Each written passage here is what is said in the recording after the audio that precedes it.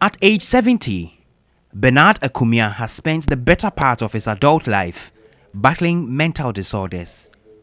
37 years ago, he was diagnosed of a mental condition which has now cost him nearly everything, including his family. I was told I'm having an anxiety. I was experiencing a severe fear.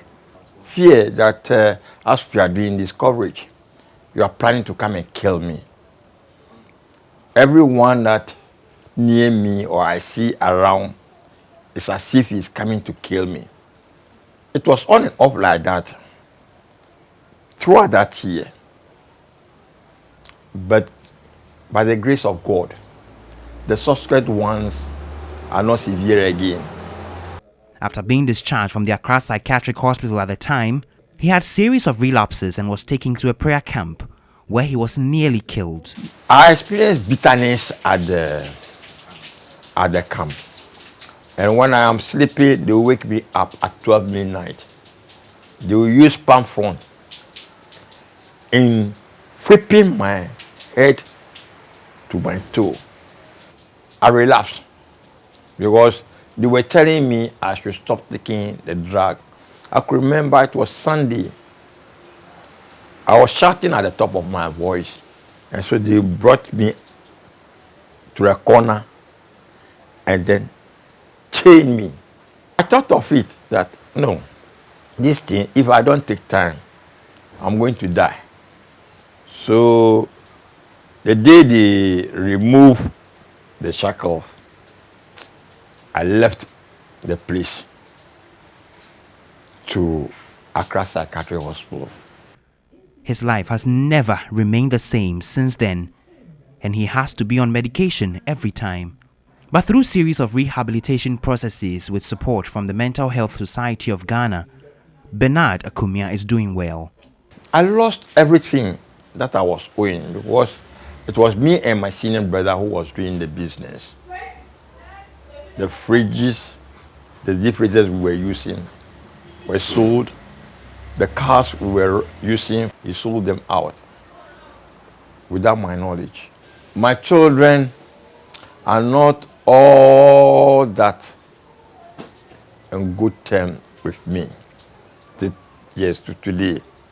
I was sick like that and able to look after the senior one. But the way I was able to look after the boy, because of my sickness, I couldn't help with the girl like that. I think she was told that I didn't do much for her.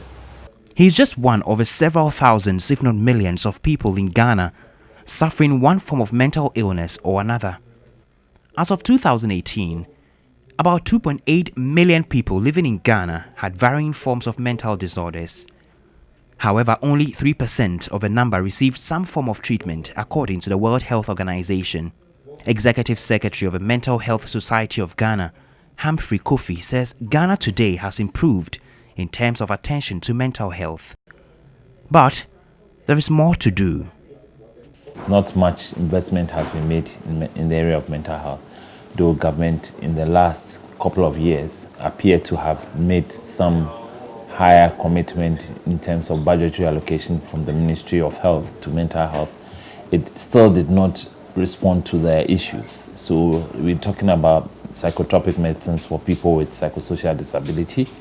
We're talking about staffing challenges. We're talking about the various aspects of human resources that will be required for a better rehabilitation of persons with psychosocial disability. The COVID-19 pandemic has also exacerbated an already dire situation. Chief Executive Officer of the Mental Health Authority, Professor Akwesi, says health facilities are seeing a sharp rise in mental health cases now. For Professor Akwesi, the reasons for the spike in cases are varied. Worldwide, we know COVID has led to increase in anxiety and depression levels by about 80%, and we have not been spared. Some people losing their jobs would have led to some people dying, and relatives bereaved would also begin to feel, how could it have been helped or otherwise. But the COVID itself, directly or indirectly, also affects people's mental health, a situation I call post-COVID traumatic stress disorder. But is there a way out? Professor Osei says the Mental Health Authority has set out a number of interventions. We are also looking at training mental health workers on COVID, and not only mental health workers, other health workers, and indeed general population. And we are working on that, and very soon we'll roll out the training. Patients also need to be trained, to be strengthened, to build their resilience.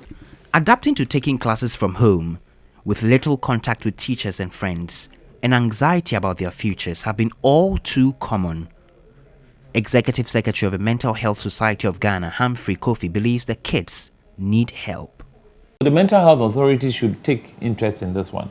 The Psychological Association of Ghana should also be interested in this one. It's having a toll on the psyche of the children.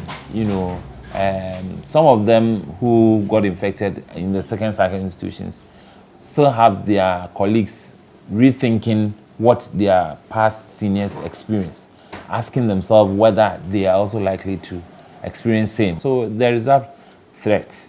Health experts are also advocating various stress therapies to mitigate the psychological impact of a pandemic on people. Myoskeletal therapist and exercise expert at Berg's Theracare Clinic, Kafui Badiga, gives some options. One of the things that people are encouraged to do to actually distress and to be in a good frame of mind is actually to work out and exercise. Remember, there's a saying in Greek, a sound body lives in a sound mind. A sound mind lives in a sound body. It's either way. So if the body actually is not in a good state, look, you cannot have a good frame of mind to really work, and that can affect you mentally in a lot of ways. So in these times whereby stress is way up, you really will have to condition your body in such a way that you can meet the demands, of the time. As the world marks Mental Health Day, countries are being urged to increase investment in the sector to meet the demands of a post-COVID era. And for Bernarda Kumia, who has survived mental health disorders for nearly 40 years, it is time to offer vulnerable persons the help they need to pull through. My 37 years experience with mental health, it's not easy though, but God has brought me back to life, which is the most important thing. KOMLA ADOM, TV3 News, Accra.